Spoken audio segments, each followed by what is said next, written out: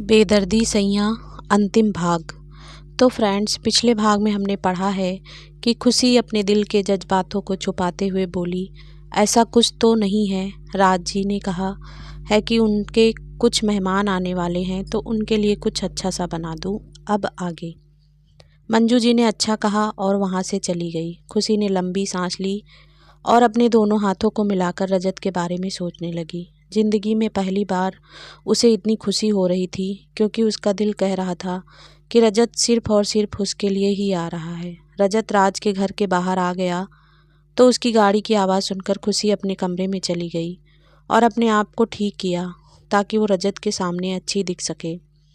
इधर रजत जैसे ही अंदर आया, राशि उसे अपने छोटे छोटे हाथों में प्लेट में पराठा रखे बैठी थी। रजत ने जब राशि को आलू का पराठा खाते देखा तो उसका मन ही मन कहा, बिल्कुल मुझ पर गई है। रजत को देखकर राज उसकी ओर आया और हाथ मिलाकर उसे गेस्ट रूम में ले जाने लगा।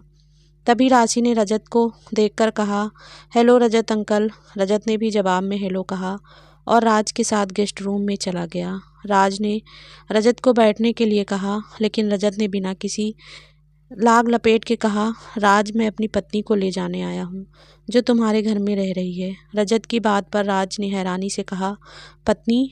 मिस्टर सिंघानिया, आपकी पत्नी यहाँ? क्या बोल रहे हैं आप?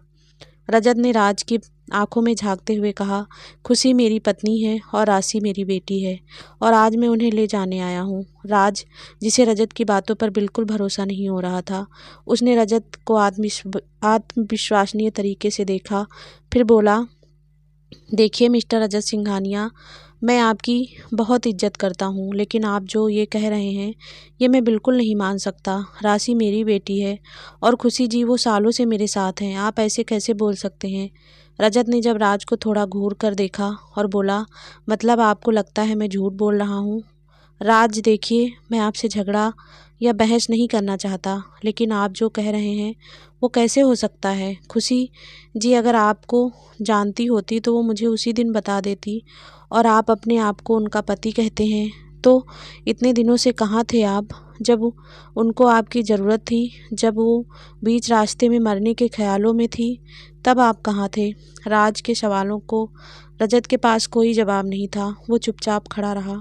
तभी मंजू जी अंदर आते हुए बोली, अरे रजत बेटा, कैसे हो? मंजू जी के आने से राज और रजत ने एक दूसरे को देखा और दोनों चुप हो गए। मंजू जी कुछ सामान लेने आई थी और वो लेकर चली गई तो रजत ने कहा, देखो राज, वो मेरे खुशी के बीच का मामला है, हम दोनों सुलझा लेंगे, तुम खुशी को बुलाओ प्लीज़।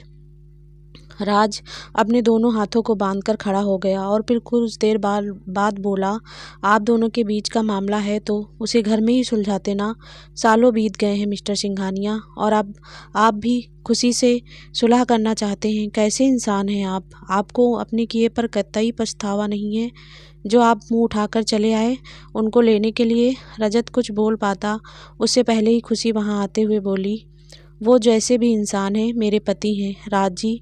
खुशी ने शायद पहली बार राज को उनके नाम से बुलाया था, जिस पर राज को थोड़ा अच्छा लगा, लेकिन अगले ही पल जब उसे खुशी की बात समझ आई तो वो हैरान और परेशान सा हो गया। सालों साथ रहने के बाद उसे खुशी और राशि की आदत हो चुकी थी। वो किसी भी हाल में उन दोनों को खुद से दूर नहीं करना चाहता था। कैसे कर सकता था वो, जबकि उसके जीने की वजह बन चुकी थी। राशि खुशी के होने से राज को सुकून मिलने लगा था। भले ही उनमें कोई नाम का रिश्ता नहीं था, लेकिन एक अनकहा और अनछुआ रिश्ता तो बन चुका था उनका। राज और खुशी दोनों ही अपने पार्टनर के लिए वफादार थे, खुशी रजत के लिए और राज वेदिका के लिए। लेकिन जब कई सालों साल साथ रहे और अचानक से कोई उसे दूर ले जाने की बात कहे तो उनके दूर जाने भर के नाम से दिल तड़प उठता है। राज के साथ भी यही हुआ। उसने कभी नहीं सोचा था कि उसकी ज़िंदगी में ऐसा भी दिन आएगा जब उसे फिर से किसी अपने से दूर होना पड़ेगा। इधर खुशी ने अपने साथ लाए खाने को टेबल पर रख दिया और रजत को बैठने के लिए कहा तो रजत ने पलक झपकाकर मना कर दिया, जिससे खुशी राज की ओर बढ़ गई और उसके सामने जाकर खड़ी हो गई। राज अभी तक राशि और खुशी के दूर जाने के सदमे में था तो खुशी के बोलते ही उसकी तंद्रा टूटी। खुशी ने कहा, राज जी, मैं मिसेज खुशी रजत सिंघानिया हूँ। मेरी ही जिद की वजह से ये सालों मुझसे दूर रहे। मुझे अपनी गलती का पछतावा है कि मैंने एक ऐसा कदम उठाया जिसमें ना जाने कितनी ज़िंदगियां बर्बाद हो गईं। रजत ने खुशी की बात को बीच में काटते हुए कहा, नहीं खुशी, मेरी गलती थी, मैंने ही गलत किया। आपने कुछ गलत नहीं किया रजत जी। खुशी ने रजत की ओर देखकर कहा, वो वक्त गलत था और मैं नासमझ थी जो जज्बात में बहकर हर फैसला कर लेती थी। मैं आपकी गुनाहगार हूँ। आप जो सज़ा देंगे मुझे मंजूर होगी। रजत खुशी के इस रवैये को देखकर हैरान था। उसे लगा था कि खुशी उसके साथ आने के लिए मना कर देगी, उसे उसके साथ ज़बरदस्ती करनी पड़ेगी, लेकिन यहाँ तो खुशी रजत से माफ़ी मांगकर उसे और ज़्यादा शर्मिंदा कर रही थी, जो रजत के लिए झेल पाना मुश्किल हो रहा था। खुशी आगे बोली, राज जी, मैं अपने दिल पर पत्थर रखकर आपसे इजाज़त लेना चाहती हूँ कि क्या मैं और राशि रजत जी के साथ जा सकते हैं। खुशी के कहते ही राज ने कदम पीछे खींच लिए और सोफे पर बैठ गया। वो नहीं चाहता था कि राशि उससे दूर जाए, लेकिन वो ये भी नहीं चाहता था कि खुशी अपने पति से और राशि अपने पिता से दूर रहे। लेकिन फैसला तो उसे लेना था, इसीलिए उसने कहा, आप दोनों बातें कीजिए, मैं अभी आता हूँ। ये कहकर राज जल्दी से वहाँ से बाहर आ गया। अपनों को खोने का डर क्या होता है वो पहले एक बार झेल चुका था और आज फिर से उससे दूर जा रहे थे। राज बाहर आया तो राशि दौड़ती हुई उससे पास आकर उससे लिपट कर बोली, राज चलो ना खेलते हैं, मैंने बहुत ज़्यादा खा लिया है, अब मुझे खेलना है। राज ने राशि को गोद में लिया और उसे कसकर अपने गले लगा लिया। तभी राशि उससे दूर हटती हुई बोली, ये क्या कर रहे हो, मारना चाहते हो क्या मुझे। राशि की बात सुनकर राज के होठों पर हंसी आई और आंखों में आंसू आ गए। राज की आंखों में जब आंसू निकले तो राशि ने उसके आंसुओं को पोंछते हुए कहा, आप रो क्यों रहे हैं, आपको भी मम्मा ने डांटा क्या। राज ने कुछ नहीं कहा तो राशि उसकी गोद से नीचे उतरने लगी। राज ने उसे नीचे उतार दिया और बाहर चला गया। राशि गेस्ट रूम की ओर बढ़ गई। राज के जाते ही रजत ने खुशी को हैरानी और बेचारगी से देखा तो खुशी उसके पास आई और उसका हाथ अपने हाथ में लेकर उसे सोफे पर बैठा दिया। रजत को खुशी से इस व्यवहार की बिल्कुल उम्मीद नहीं थी, इसीलिए उसका दिल घबरा रहा था कि कुछ ना कुछ तो गलत होने वाला है। खुशी ने रजत को बैठाया और उसके सामने प्लेट करके बोली, खाइए। रजत ने खुशी की आंखों में झांकते हुए कहा, मैं यहाँ खाना खाने नहीं आया, खुशी तुम्हें घर ले जाने आया हूँ। खुशी कुछ देर के लिए खामोश हो गई। वो कुछ बोलने वाली थी कि राशि अंदर आते हुए बोली, लेकिन वो मेरी माँ है, वो आपके साथ कहीं नहीं जाएंगी, वो यहाँ मेरे और राज के साथ रहेंगी। राशि खुशी के पास आकर खड़ी हो गई और अपने दोनों हाथों को ऊपर कर लिया ताकि खुशी उसे गोद में ले सके। खुशी ने उसे गोद में उठा लिया तो राशि रजत की ओर देखकर बोली, अब समझ में आया राज रो क्यों रहे थे, आप मेरी मम्मा को हमसे दूर ले जाने आए हैं ना, आप गंदे इंसान हो। खुशी ने राशि को रोकते हुए कहा, राशि ऐसे नहीं बोलते हैं वो तुम्हारे। खुशी को टोकते हुए कहा। रजत के टोकने से खुशी ने अपनी बात अधूरी छोड़ दी और रजत को देखने लगी तो रजत उठा और राशि से बोला, पहले आप मेरे पास आइए, मैं समझाता हूँ आपको। रजत राशि को अपनी गोद में लेना चाहता था तो राशि ने खुशी को देखा तो खुशी ने कहा, जाओ। राशि रजत की गोद में चली गई तो रजत ने कहा, मैं आपकी मम्मा को ही नहीं आपको भी ले जाने आया हूँ। रजत की बात राशि को बिल्कुल अच्छी नहीं लगी तो उसने गुस्से से कहा, मुझे नीचे उतारिए। रजत ने जब राशि के चेहरे पर गुस्सा देखा तो वो हैरान रह गया। उसने राशि को नीचे उतार दिया। राशि नीचे उतरते ही कहा, हम आपके साथ कभी नहीं जाएंगे, आप हमारे घर से चले जाओ अभी के अभी। खुशी राशि को डांटना चाहती थी लेकिन रजत ने उसे रोक दिया तो राशि वहाँ से बाहर आकर राज की ओर दौड़ गई। खुशी राशि को डांटना चाहती थी लेकिन रजत ने उसे रोक दिया तो राशि वहाँ से बाहर आकर राज की ओर दौड़ गई। राशि के इस व्यवहार से रजत के दिल में एक टीस सी जगी जो वो बाहर जाहिर नहीं करना चाहता था, लेकिन खुशी रजत का चेहरा देखकर समझ गई थी कि उसे राशि का ये व्यवहार बिल्कुल भी अच्छा नहीं लगा।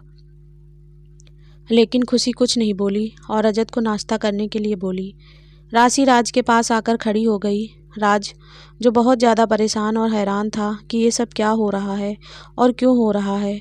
उसने कभी नहीं सोचा था कि राशि भी उससे दूर चली जाएगी, लेकिन अब वो क्या करेगा। राशि राज को देखकर अपने हाथों को आपस में बांधकर और अपने ऊपर वाले होंठ को और ऊपर व नीचे वाले होंठ को ऊपर करके बोली, राज, आप इतना डरे क्यों हो? क्या वो आदमी हमें दूर कर देगा? राज ने राशि की ओर गौर से देखा तो वो हल्का सा मुस्कुरा दिया, क्योंकि शायद उसे समझ आ गया था कि उसे क्या करना था। उसने राशि को गोद में उठा लिया और उसके माथे को चूम कर बोला, वो आदमी कौन है, जानती हैं आप? राशि ने ना में गर्दन हिलाई तो राज बोला, वो आपके पापा हैं, रजत सिंघानिया। राज की बात सुनकर राशि खामोश हो गई और राज के गले लगकर धीरे से बोली, लेकिन मैंने तो आपको पापा माना है। राज ने राशि के सिर पर हाथ फेरकर कहा, पापा मानने और होने में बहुत फ़र्क होता है बच्चा। वो आपके पिता हैं और वो आपको और आपकी मम्मा को अपने साथ अपने घर ले जाने आए हैं। राशि ने राज के गले लगे हुए ही कहा, लेकिन मुझे तो आपके साथ ही रहना है, मुझे उनके साथ नहीं जाना। राज, क्या आप अपनी मम्मा को फिर से रुलाना चाहती हैं? क्या आप चाहती हैं कि आपकी मम्मा हमेशा उदास रहें? राशि ने ना में गर्दन हिलाई तो राज ने आगे कहा, तो फिर अच्छे बच्चे बनकर उनके साथ जाओ, कुछ दिन रहो उनके साथ। मुझे यकीन है वो एक बहुत अच्छे पिता हैं, वो आपका बहुत ख्याल रखेंगे। अगर आप उनके साथ नहीं रह पाओ तो मुझे याद कर लेना, मैं आपको लेने आ जाऊंगा। राशि ने फिर भी गर्दन हिलाते हुए कहा, लेकिन मुझे उनके साथ नहीं जाना। राज ने आगे कुछ नहीं कहा और राशि को गोद में लिए इधर उधर घूमने लगा। राज के चेहरे पर एक प्यारी सी मुस्कान थी। उसने आसमान की ओर देखकर कहा, मुझे माफ़ कर देना बेदू। कुछ देर के लिए मैं अपने बारे में सोचने लगा, लेकिन जब राशि का चेहरा देखा तब समझ में आया कि उसे भी माँ और पिता दोनों का प्यार मिलना चाहिए। मैं उसे उसकी खुशियों से अलग कैसे कर सकता हूँ। इधर रजत अपना सिर झुकाकर खुशी के ठीक सामने बैठा था। खुशी भी उसके सामने वाले सोफे पर बैठी थी। सालों बाद भी उनका रिश्ता इतना मजबूत था कि दोनों के एक दूसरे के पास बैठने भर से सुकून मिल रहा था। जहाँ आजकल की शादियाँ 1-2 महीने बाद ही तलाक तक पहुँच जाती हैं, वहाँ आज भी ये दोनों एक दूसरे से दूर रहकर भी एक दूसरे के लिए बैठे थे। खुशी बस इतनी समझदार हो चुकी थी कि अब वो रजत को अच्छी तरह समझ चुकी थी। आज जब रजत उसे लेने आया था तब से खुशी का सारा डर खत्म हो गया था। इसीलिए खुशी जानती थी कि रजत कुछ नहीं बोलेगा, तो उसने ही बात शुरू की, आप पराठे नहीं खा रहे? रजत ने नज़र उठाकर खुशी को देखा तो उसे रजत की आंखों में खालीपन नज़र आया, जिससे खुशी उठी और रजत के ठीक पास आकर बैठ गई। आपने ये क्या हाल बना रखा है खुद का? मुझे आपसे ऐसी उम्मीद बिल्कुल नहीं थी। एक बार फिर खुशी के मुंह से विपरीत शब्द सुनकर रजत अंदर ही अंदर डर रहा था कि कहीं खुशी उसे छोड़ने का इरादा तो नहीं बना रही है, क्योंकि जो खुशी उससे दूर हुई थी उसका स्वभाव तो ऐसा ही था। लेकिन रजत नहीं जानता था कि खुशी अब बदल गई है। खुशी ने जब रजत को हैरान देखा तो वो मुस्कुराकर बोली, अब आप सोच रहे होंगे कि मैं ये क्या बोल रही हूँ, तो वो इसलिए क्योंकि इन 2 दिनों में जॉली ने मुझे सब कुछ बता दिया है। इन 7 सालों में आपने जो अपनी हालत बना रखी थी उस सब का बखान जॉली ने कर दिया है। इसीलिए मिस्टर रजत सिंघानिया, खुशी ने खाने की प्लेट उठाकर उसमें से एक बाइट तोड़ते हुए कहा, अब मैं वापस आ गई हूँ ना, और अब अगर आप खुद भी मुझे जाने के लिए कहेंगे तब भी नहीं जाऊँगी, तो खाना खाइए। खुशी ने रजत की ओर एक निवाला बढ़ाया तो रजत ने खुशी का हाथ पकड़कर कहा, लेकिन राशि और राज। खुशी ने ज़बरदस्ती रजत के मुंह में निवाला देते हुए कहा, राशि को मैं संभाल लूँगी, राज जी के लिए बुरा लगेगा, लेकिन मैंने उनके लिए भी कुछ सोचा है। रजत ने अब खुशी के हाथ से खाते हुए कहा, तुम तो बहुत समझदार हो गई हो। खुशी ने मुस्कुराते हुए कहा, हाँ कहा। तभी खुशी की नज़र मंजू जी पर पड़ी, जो हाथ बांधे उन दोनों को देख रही थी। मंजू जी को देखकर खुशी के हाथ अपने आप रुक गए और वो खड़ी हो गई। वो राज को समझा सकती थी, लेकिन मंजू जी ने उसे अपनी बेटी से बढ़कर माँ बना कर रखा था, इसीलिए खुशी उनके सामने नतमस्तक हो गई। मंजू जी ने जब खुशी को इस तरह देखा तो वो मुस्कुराकर आगे बढ़कर बोली, अपनी माँ से नज़रें चुराकर कहाँ तक जाओगी खुशी? खुशी ने नज़रें उठाकर उन्हें देखकर कहा, आंटी वो ये मेरे तुम्हारे पति हैं, यही कहना चाहती हो ना? मंजू जी अब उसके पास आकर बोली। खुशी ने हामी भरी तो मंजू जी ने रजत की ओर देखकर कहा, बेटा मुझे ये तो नहीं पता कि तुम दोनों का इतना बड़ा झगड़ा किस वजह से हुआ, लेकिन खुशी तुमसे प्यार बहुत करती है। इसका एक दिन भी ऐसा नहीं था जब इसने तुम्हें भुला दिया हो। इसका हर दिन और रात तुमसे ही थी। रजत का दिल अंदर ही अंदर बहुत घबरा रहा था और खुश भी हो रहा था कि खुशी उससे इस हद तक प्यार करती है। मंजू जी ने उन दोनों को बैठने के लिए कहा और ख़ुद भी उनके साथ बैठकर बातें करने लगी। राज की गोद में सो चुकी थी, इसीलिए राज उसे अंदर ले आया और बेड पर सुलाकर उन सबके पास चला गया। राज अंदर आकर रजत से बोला, मुझे माफ़ करना रजत जी, कुछ देर के लिए मैं स्वार्थी हो गया था। रजत ने राज को देखते हुए कहा, नहीं राज, इसमें तुम्हारी कोई गलती नहीं, बल्कि मैं तुम्हारा शुक्रगुजार हूँ जो तुमने मेरी पत्नी और बच्ची को इतने प्यार से रखा। आजकल की दुनिया में कहाँ मिलते हैं ऐसे लोग। आप तो यकीनन भगवान के बंदे हैं, वरना आजकल तो लोग अपनों को ही नहीं रखते हैं। मुझे समझ नहीं आ रहा आपका शुक्रिया अदा कैसे करूँगा मैं।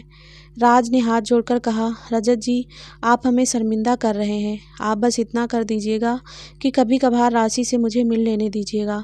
रजत आप रोज़ मिलिए, आप ही की बेटी है। खुशी ने महसूस किया कि रजत पहले से बहुत ज़्यादा बदल गया है।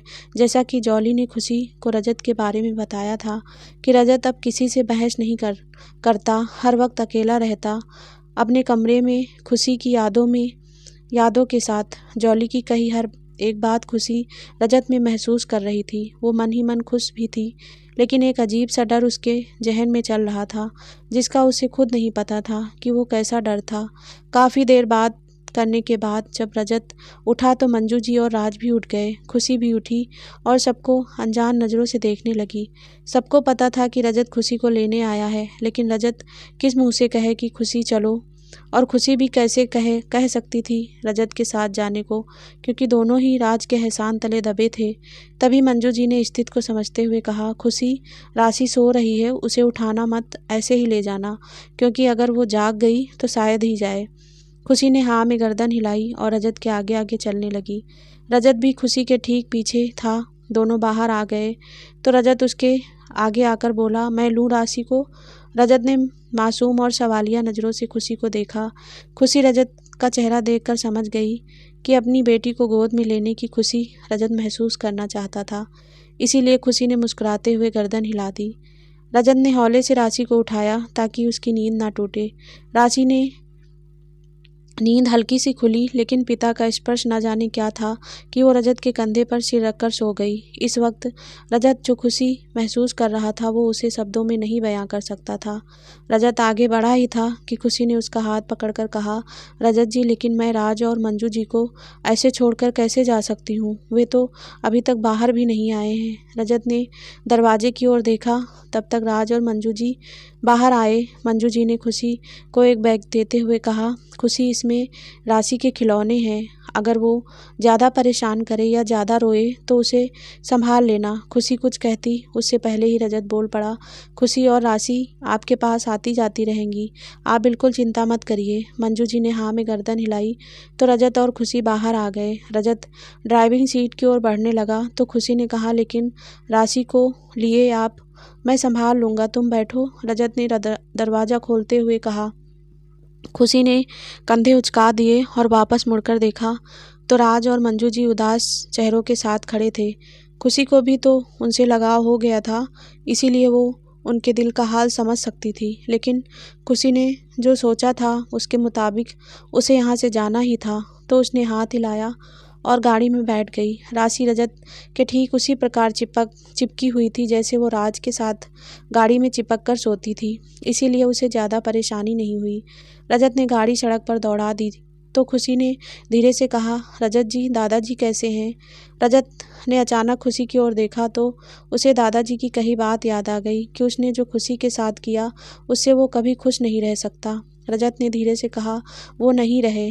रजत की बात से खुशी को धक्का लगा और वो खामोश हो बाहर देखने लगी। रजत खुशी को घर ले आया था। जब से खुशी ने दादाजी के बारे में सुना था वो खामोश थी। रजत ने उसे देख रहा था कि दादाजी के ना होने से कितना दुख हो रहा था, लेकिन वो कर भी क्या सकता था। रजत ने राशि को बेड पर सुला दिया और खुद उसके पास बैठकर उसके सिर पर हल्के से हाथ फेरने लगा। खुशी अपने कमरे में लगी अपनी ही तस्वीरें देख रही थी। रजत ने जब खुशी को देखा तो वो भी उसके पास चला गया और एक फ़ोटो की ओर देखते हुए कहा, ये तस्वीर याद है तुम्हें, जब तुम पहली बार आई थी और मैंने तुम्हें वो ड्रेस पहनने के लिए कहा था? खुशी ने मुस्कुराकर कहा, याद है मुझे। कैसे आपने कुछ देर के लिए मुझे इतना तैयार होने के लिए कहा था? रजत मुस्कुरा दिया और कुछ देर तक खुशी को देखता रहा। फिर बोला, खुशी तुमने मुझे माफ़ तो कर दिया है ना? खुशी रजत की ओर मुड़ी और उसके करीब आकर खड़ी हो गई। रजत को लगा कि अब खुशी उसे फिर से कुछ ऐसे शब्द कहेगी जिससे वो हर्ट हो जाएगा, लेकिन खुशी ने रजत के गाल पर हाथ रखकर कहा, माफ़ी तो मुझे आपसे मांगनी चाहिए। आप तो जिस काम के लिए मुझे लाए थे वो ही किया था। खुशी ने ये रजत को नॉर्मल कहा था, लेकिन इससे रजत के दिल को ठेस पहुंची तो उसने खाली आंखों से खुशी को देखकर नज़र झुकाते हुए कहा, मैं तो माफ़ी मांगने के काबिल भी नहीं हूँ। खुशी, नहीं रजत जी, मेरा वो मतलब बिल्कुल नहीं था। देखिए, जो हो गया वो हो गया। मुझे अब आपके साथ जीना है। मैं आपसे प्यार करती थी और आज भी करती हूँ। खुशी के ये कहने से रजत का दिल जोरों से धड़क उठा।